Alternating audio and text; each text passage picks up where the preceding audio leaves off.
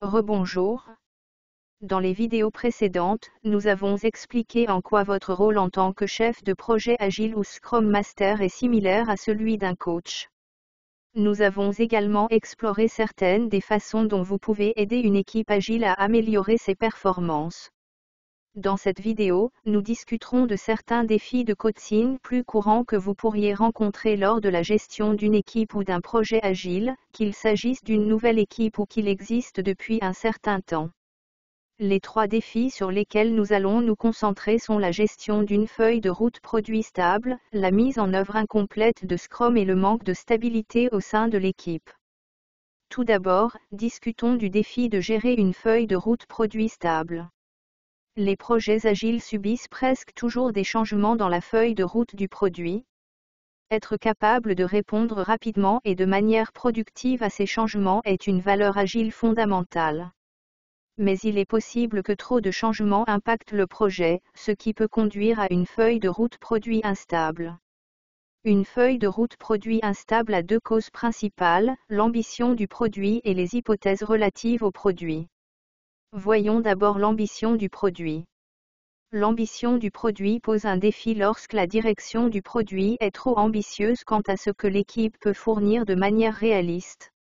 Le product owner est chargé de représenter le projet auprès des clients et des dirigeants car le product owner veut faire plaisir aux parties prenantes. Il peut être facile pour eux de trop promettre ce que le projet peut offrir. Par exemple, imaginez que notre PDG d'Office Green remarque que l'activité virtuelle Verde en Amérique du Nord se porte très bien. Lors d'une réunion, ils ont dit au product owner, c'est incroyable. J'aimerais lancer Virtual Verde en Asie dans les 4 prochains mois. Qu'en pensez-vous? Le product owner veut vraiment livrer, donc il en dit au PDG, mais le product owner ne saura pas réellement si atteindre cet objectif est possible jusqu'à ce qu'il en discute avec l'équipe, ce qui signifie qu'il pourrait accidentellement définir une attente irréaliste avec le PDG. Alors comment relever ce défi? Voici 3 idées pour maintenir un plan de gestion de feuille de route sain entre vous et le product owner. Tout d'abord, convenez dès le départ de la manière de gérer les nouvelles opportunités, définissez quand elles sont examinées et estimées, et comment les engagements des clients ou de la direction sont pris. Deuxièmement, mettez en place des revues régulières de la feuille de route avec l'ensemble de l'équipe, au moins une fois par trimestre, afin que chacun sache à quoi s'attendre. Et troisièmement, favorisez le partage des connaissances entre le product owner et l'équipe de développement. Afin que le product owner sache combien d'efforts nécessite la création du produit et que l'équipe soit informée des changements le plus tôt possible. La deuxième chose qui peut provoquer une feuille de route de produit instable est de faire trop d'hypothèses de produit. Lorsqu'il y a de l'incertitude dans un projet, vous devrez peut-être faire certaines hypothèses pour faire avancer les choses. Mais faire trop d'hypothèses peut compromettre le succès de l'équipe. Revenons à notre exemple Virtual Verde. L'envoi de plantes au domicile des clients est un processus complexe. Vous devez prendre en compte de nombreux facteurs différents, tels que les plantes qui se vendront le mieux, les plantes qui resteront en bonne santé dans une grande variété de climats et de contextes, et avec quels fournisseurs travailler. L'équipe fait de son mieux pour étudier le marché et les opportunités, mais elle doit faire des hypothèses et aller de l'avant avec des décisions en s'appuyant sur des informations moins que parfaites pour traiter les problèmes d'hypothèses de produits. Documentez les hypothèses et rendez-les transparentes. Cela vous permet de discuter des hypothèses en équipe et de convenir qu'il s'agit d'hypothèses sûres ou de décider de les remettre en question et de les vérifier. Si vous décidez de les vérifier, vous pouvez utiliser une recherche utilisateur impartiale. Une recherche utilisateur impartiale recueille des informations sur ce que les utilisateurs veulent vraiment. Il vous permet de confirmer ou de rejeter des hypothèses et vous aide à avancer avec confiance.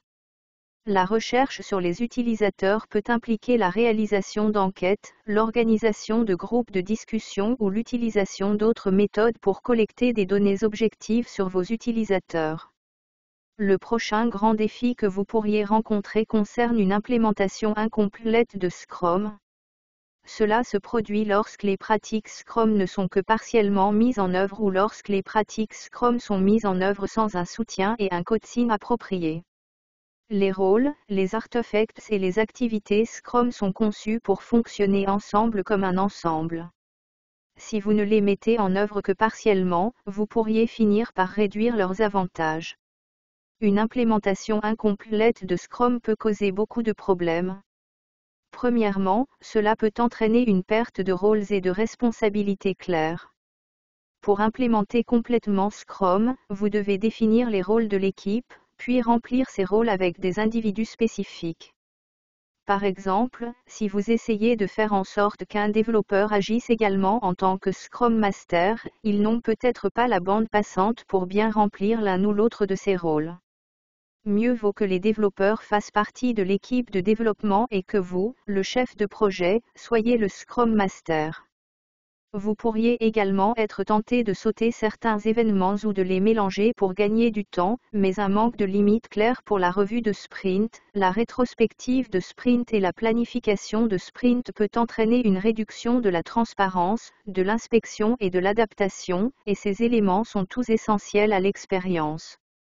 Tous les avantages de Scrum. Et enfin, ne pas fournir à l'équipe le coaching Scrum dont elle a besoin signifierait également que vous n'avez pas rempli votre rôle de Scrum Master. C'est votre travail d'expliquer en détail les pratiques Scrum et de fournir un coaching afin que votre équipe comprenne le raisonnement derrière les pratiques et puisse profiter de leurs avantages. La solution à tous ces défis est d'implémenter complètement Scrum.